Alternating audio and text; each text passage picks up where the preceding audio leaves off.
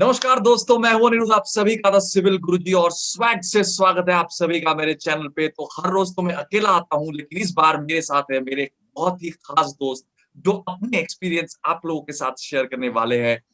And आपको thumbnail देख के तो जरूर जरूर समझ में आ गया होगा कि आज का टॉपिक ऑफ डिस्कशन क्या है and why this guy is so special. तो अब एक छोटा सा इस वीडियो को रखेंगे, ज्यादा बिल्कुल लंबा नहीं करेंगे इस वीडियो को। तो पहले first welcome to my channel Diwakar for the first time after IIT, Oh, कि from all okay. My Thank viewers, you, all Anirudh my sir. Subscribers, hearty welcome to you. ऐसे वैसे फॉर्मेलिटी करना पड़ता है तो समझ रहा है, ठीक है। और जो पहला मैं सवाल पूछना चाहता हूँ, वैसे बहुत सारे स्टूडेंट्स का सवाल है ये सारे जो मैं तुझसे पूछने जा रहा हूँ अभी। तो मैं लिस्ट बनाया हूँ कुछ कुछ सवाल का। तो पहला सवाल है ये कि अचानक तूने आईआईटी बॉम्बे से एमटेक किया तो प्लेसमेंट अपॉर्चुनिटीज आर देयर, तो why you suddenly opted for PhD after MTech? क्यों, Okay. मतलब क्या? इस क्वेश्चन का आंसर करने से पहले मैं दो तीन चीजें बताना चाहूंगा। अगर जैसे आप कोई भी चीज कर रहे हैं तो आपके साथ दो तीन ऑप्शंस होते हैं। तो मेरे पॉइंट ऑफ व्यू से आपको हर एक ऑप्शंस खुला रहना चाहिए। बिल्कुल। जैसे मैं एमटेक का ही एग्जांपल लेता हूं। अगर कोई भी आप एमटेक कर रहे हैं तो आपके पास ऑप्शन है, या तो आप प्राइवेट जॉब में जा सकते हैं, या फिर जैसे अनिरुद्ध सर की तरह आप किसी भी कोचिंग सेंटर में अच्छी अच्छी जॉब करके आप पढ़ा सकते हैं, या फिर अलोंग विथ एमटेक आप गवर्नमेंट जॉब की तैयारी कर सकते हैं, या फिर आप रिसर्च में जा सकते हैं। तो उसके साथ ही आपको ये नहीं कि मुझे पार्टिकुलर ही एक चीज करनी है कि रिसर्च में जाना है, जॉब करना है। एक स्टेज तक आपको इन तीनों और चारों ऑप्शंस खुले रखने चाहिए। तो मेरा इंटरेस्ट जैसे रिसर्च में जाने का, जब मैंने मास्टर्स ज्वाइन किया तो मुझे ज्यादातर चीजें पता नहीं थी कि रिसर्च क्या होती है, कैसे क्या करते हैं, क्या बेनिफिट्स हैं। हाँ, पर मतलब जैसे सॉरी टू जैसे इंटरप्ट मैंने फॉर अ सेकंड कि मैं एक बार व्यूअर्स को अपना बताना भी चाहता हूँ कि जब ये पहले पहले ज्वाइन किया था मास्टर्स में, तो इसके दिमाग में ये ख्याल नहीं था कि मैं पीएचडी ही करूंगा, ऐसे कोई चीज नहीं था। हाँ He later realized this and that's the importance of masters, what I feel कि आप पीएचडी मटेरियल हो कि नहीं, सेल्फ रियलाइजेशन होना बहुत हम्म जरूरी है। I think Diwakar. या हाँ, तो जैसे फिर मैंने जैसे अपने एमटेक डेजिग्नेशन टॉपिक पे काम चालू किया, तो फिर मुझे वहां से इंटरेस्ट आना चालू हुआ कि हाँ, इस फील्ड में भी अपना करियर बना सकते हैं। और दूसरी चीज है, जैसे रिसर्च कर रहे हैं तो दूसरा जो मैं सबसे ज्यादा इंपॉर्टेंट मानता हूँ, जो आपके सुपरवाइजर है उनसे आपकी बॉन्डिंग कैसी है। क्योंकि आप एक लंबा समय उनके साथ स्पेंड करने वाले हैं, तो वो होना बहुत जरूरी है। और तीसरी चीज मेरे दिमाग में थी कि मुझे कहीं ना कहीं जैसे था कि पीएमआरएफ लेना है, एक ऐसी अपॉर्चुनिटी है, तो उसके लिए भी मुझे जाना था। तो मैंने सोचा कि हाँ, तो रिसर्च फील्ड बेटर रहेगा, इसलिए मैंने सोचा कि अपने मास्टर्स को बाकी सारे ऑप्शन रखते हुए उसको पीएचडी में कन्वर्ट किया जाए।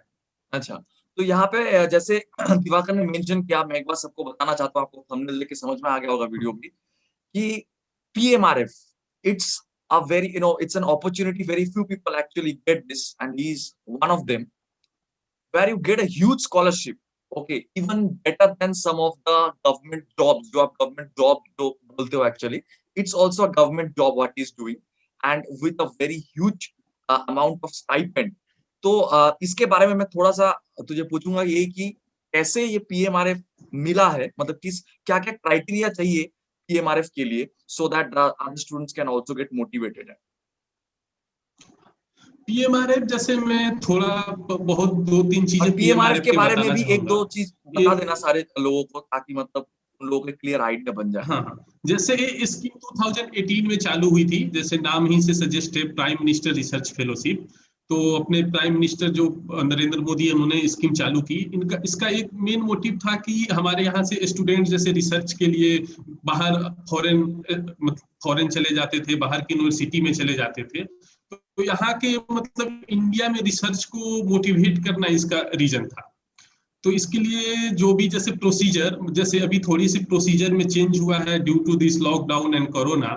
पहले जैसे इसमें जो भी था सिलेक्शन प्रोसीजर के लिए, जैसे आपको एक ब्रॉड और एक अच्छा रिसर्च माइंड होना चाहिए, आपके पास एक अच्छा टॉपिक होना चाहिए जिसपे आपको एक प्रपोजल सबमिट करना है, स्ट्रॉन्ग फिर स्टेटमेंट ऑफ पर्पस क्यों करना चाहते हैं।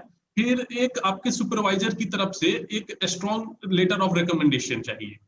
उसके बाद जो ये अभी चीजें कॉमन है, पहले जो थी ये सब चीजें करने के बाद हर एक जैसे ब्रांच वाइज सिविल मैकेनिकल अलग जो जो ब्रांचेज है उसके अनुसार से अलग अलग आईआईटीज को इसके लिए एलोकेट किया गया था कि कौन सी आईआईटी किस ब्रांच का इंटरव्यू लेगा। वहां पे एक्सपर्ट पैनल इंटरव्यू लेते थे और फिर उसके बाद डिसाइड होता था। लेकिन ड्यू टू कोरोना बाकी सारी चीजें सेम है, बस इंटरव्यू नहीं होता है। आपके एप्लीकेशन जैसे आपके एकेडमिक्स में भी आपके जैसे बीई में मार्क्स कितने हैं अगर डायरेक्ट अप्लाई कर रहे हैं, फिर आपके मास्टर्स में मार्क्स कितने हैं, आपका जो भी रिसर्च तो कोई टॉपिक है मिनिमम वो ऐसे फिजिबल। क्राइटेरिया है क्या? कोई मिनिमम क्राइटेरिया है क्या एमटेक में कितना मार्क्स मतलब लाना है वैसे? हाँ हाँ, जैसे इंटायरली इसमें जैसे है कि अगर हम यहाँ से एमटेक से डायरेक्ट अप्लाई कर रहे हैं तो उसमें था कि शायद 8.5 पॉइंट होना चाहिए। अच्छा। अगर आप पीएचडी से आके अप्लाई कर रहे हैं तो उसमें सब्जेक्ट्स के क्राइटेरिया है कि सब्जेक्ट से ऊपर आपके वो जो जो चीज है इसमें में, और अगर आपके पब्लिकेशंस हो मास्टर में तो और ज्यादा चांसेस हाइयर होते हैं पीएमआरएफ पाने के। तो ये भी कहीं ना कहीं गाइड पे भी डिपेंड करते हैं, तभी आपको अच्छे हाँ, पब्लिकेशन मिलेगा। गाइड मेजरली जैसे गाइड पर भी बहुत डिपेंड करता है, क्योंकि क्योंकि जो सपोर्टिव है आप रिसर्च प्रपोजल लिखेंगे आपको गाइड से ही डिस्कस करके लिखना है, और जो लेटर ऑफ रिकमेंडेशन देगा वो बहुत वैल्यू है उसकी जो आपका गाइड देगा। जो पहले भी मैं बता चुका हूँ कि एक अगर आप पीएचडी भी कर रहे हैं तो गाइड के साथ बॉन्डिंग और आपका उनके साथ कैसा है मतलब व्यवहार कैसा है, ये चीजें बहुत मैटर करती हैं। मैटर करता है। अच्छा, तो जो तीसरा चीज मैं पूछना चाहता हूँ वो ये है कि पीएमआरएफ में जैसे तू रिसर्च तो कर रहा है, उसके साथ साथ और कुछ एक्स्ट्रा चीजें भी करना पड़ रहा है क्या? मतलब बाकी हाँ, पीएचडी के साथ जैसे डिफरेंस क्या है पीएमआरएफ इसका? स्टाइपेंड के बाद में तो मैं जैसे आऊंगा एक इसके बाद। जैसे अब जैसे पीएमआरएफ है, ऑब्वियस सी बात है, जैसे आपने बताया कि यहाँ पे हाई स्टाइपेंड है, तो उसके लिए कुछ चीजें एक्स्ट्रा हमें ये करनी है। जैसे पहला चीज की वीकली पर वीक में 1 आवर किसी भी आपको गवर्नमेंट कॉलेज में लेक्चर देना है। अच्छा, तो देखो ये मैं आप सारे व्यूअर्स को एक बार बताना भी चाहता हूँ। तो look, it's not only a matter of this money and stuff, it's also a matter of Prestige. It's a very prestigious thing कि आप कोई गवर्नमेंट कॉलेज में लेक्चर देने जा रहे हो 1 घंटे के लिए, जो भी हो, बट गवर्नमेंट कॉलेज की एक लेक्चरशिप वो it's a very prestigious thing according to me. हाँ। और दूसरी चीजें हैं जैसे हमारे पीएचडी में होता है, साल में एक बार रिव्यू होता है जो हम लोग अपना एनुअल प्रोग्रेस रिपोर्ट जो हमारी कमेटी है उसके सामने देते हैं। इसके अलावा मुझे पीएमआरएफ कमेटी के सामने भी अपना जो भी प्रोग्रेस है और इवेल्युएशन जिसको बोलते हैं वहां पे मेरा इवेल्युएशन होगा, और after satisfactory performance only I have to like they will decide that I will continue with my PMRF और नॉट। अच्छा। अच्छा। मतलब एनुअल हर एक बार एनुअल आपका वहां पे परफॉर्मेंस को इवेल्युएट किया जाएगा, उसके बाद ही आपको फिर से कंटिन्यू करने का चांस दिया जाएगा अगर सेटिस्फैक्ट्री है आपका अच्छा, परफॉर्मेंस। सेटिस्फैक्टरी नहीं है तो वो डिसकंटिन्यू हो जाता है? हाँ हाँ, टर्मिनेट हो जाएगा। अच्छा, तो जैसे कि मान मतलब नॉर्मल पीएचडी में जितना मुझे पता है कि मंथली शायद 31,000 या फिर ऐसे कुछ स्टाइपेंड मिलता है, बट यहाँ पे the hmm. Stipend starts from I think 70,000 and above. 70,000 for first 2 year and after that 75, 80 and 85। 75, 80, 85,000 per month you are हाँ, गेटिंग। तो हाँ। ये तो आपको मिल ही रहा है, प्लस अलोंग विद दैट और क्या क्या एडिशनल बेनिफिट्स आपको यहाँ से मिलता है? उसके अलावा मुझे जैसे साल का 2 लाख रुपया एक्स्ट्रा जैसे ग्रांट मिलता है, जिसको मैं जैसे अपने स्टफ के ऊपर खर्च कर सकता हूँ। जैसे मैं लैपटॉप खरीद सकता हूँ, अपनी स्टेशनरी खरीद सकता हूँ, क्या बात मुझे है! कोई भी इंटरनेशनल और नेशनल कॉन्फ्रेंस अटेंड करने जाना है तो उसके ऊपर स्पेंड कर सकता हूँ तो अपने ट्रैवल लैब ट्रैवल और का काम से। भी उसमें? हाँ, travel anything related to my work. Great. It's just like an government officer, मतलब गवर्नमेंट ऑफिसर को नॉर्मली ये सारी चीजें मिलता है, तो काइंड ऑफ मतलब पूरा ना हो लेकिन फिर भी ये तो मिल ही रहा है। और उसके साथ साथ आप देख ही रहे हो कि वो इसको एक अलग से कमरा तो मिला ही है, जैसे आईआईटी बॉम्बे में सभी ऑलमोस्ट पीएचडी को मिलता है, but along with that this additional benefits are also there. तो it's really really great. Definitely this I think should motivate many of my students who are thinking a little bit to pursue MTech. और ऐसे कोई बात है क्या कि मतलब जो पीएमआरएफ है वो कोई पर्टिकुलर इंस्टीट्यूट से मिलता है या फिर ऐसे कोई बात है क्या, या फिर नहीं मतलब कोई नहीं, भी आप गवर्नमेंट किसी इंस्टीट्यूट पर से मिल सकता हाँ, कोई भी नहीं, अब गवर्नमेंट नहीं, अब आप प्राइवेट कॉलेज से भी अप्लाई, पहले क्राइटेरिया था कि हाँ जिन्होंने अपना बीटेक और बीई जैसे किया हुआ है सिर्फ आईटी से एनआईटी से, वही अप्लाई कर सकते हैं। तो हाँ। फिर गवर्नमेंट ने धीरे धीरे इसको सुधार किया कि अगर आप जैसे उसके बाद की सिर्फ आईटी और एनआईटी से किए हुए हैं, मतलब अब है कि आपको, पहले था कि एज ए पीएमआरएफ आप सेपरेटली अप्लाई कर सकते हैं, अब हम्म। ऐसा नहीं है। पहले आपको पीएचडी एडमिशन लेना पड़ेगा, फिर आप अप्लाई कर सकते हैं। तो आप एक पीएचडी अच्छा कैंडिडेट हैं तो डिपेंड नहीं करता है कि आप किसी गवर्नमेंट प्राइवेट कॉलेज से हैं या कहीं से भी हैं। पहले अच्छा आपको एक पीएचडी कैंडिडेट होना पड़ेगा किसी भी इंस्टीट्यूट में, उसके बाद अच्छा आप अप्लाई कर सकते हैं। अच्छा अच्छा अच्छा। नहीं मतलब मैं बता रहा हूँ पीएचडी कैंडिडेट, मतलब कोई गवर्नमेंट इंस्टीट्यूट में पीएचडी कैंडिडेट होना है ना, मतलब जैसे कोई आईआईटी में या एनआईटी में, ऐसे नहीं कोई हाँ हाँ हाँ, तो प्राइवेट कॉलेज में होता भी नहीं है पीएचडी, कहाँ ही होता है ये प्राइवेट। हाँ हाँ हाँ हाँ। हाँ। अच्छा।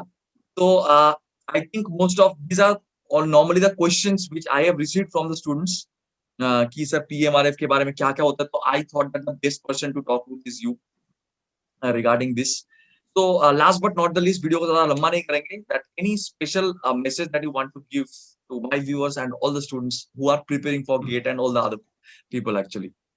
मैं, हाँ, जैसे एक चीज कहना चाहूंगा, जैसे आप लोग गेट की तैयारी जो भी करते हैं, जैसे भी करते हैं, आप सेल्फ स्टडी करके भी कर सकते हैं, लेकिन उसके लिए डायरेक्शन बहुत जरूरी है। जो डायरेक्शन जैसे हमें किसी भी कोचिंग इंस्टीट्यूट से और जैसे अनिरुद्ध सर पढ़ाते हैं उससे मिलता है। और दूसरी चीज कि आप जितनी भी चीजें पढ़ें उसकी प्रैक्टिस सबसे ज्यादा जरूरी है। अगर एक बार पढ़ रहे हैं तो कम से कम 3 बार प्रैक्टिस करें उसकी। और प्रैक्टिस के साथ साथ आप शॉर्ट नोट्स बनाएं जो बहुत सक्सेसफुल है। और दूसरी मैं बताना चाहता हूं कि आप, इतने सारे लोग तैयार कर रहे हैं, सब चाहते हैं कि पीएसयू में जाएं, इंजीनियरिंग सर्विसेज निकालें, तो सही है। लेकिन अगर आप ये नहीं मिलता है तो निराश होने की जरूरत नहीं है। आप बिल्कुल। उसके बाद मास्टर्स के लिए भी जा सकते हैं, क्योंकि वो भी अच्छी अपॉर्चुनिटी है। और मैं ये सजेस्ट करूंगा, अगर मास्टर्स करना चाहते हैं आप, तो उसमें से इन्वायरमेंट जो ब्रांच है अभी, वो बहुत न्यूली, मतलब नया ब्रांच है, तो इसमें अपॉर्चुनिटीज बहुत मैं ज्यादा है। जहां तक समझता हूँ दूसरे ब्रांच के मुकाबले ज्यादा है। और रिसर्च के लिए भी अगर जाते हैं तो इसमें टॉपिक्स अभी नए नए हैं, क्योंकि इजिली आप कोई भी टॉपिक लेके उस पर अच्छे से रिसर्च कर सकते हैं, क्योंकि नया ब्रांच है।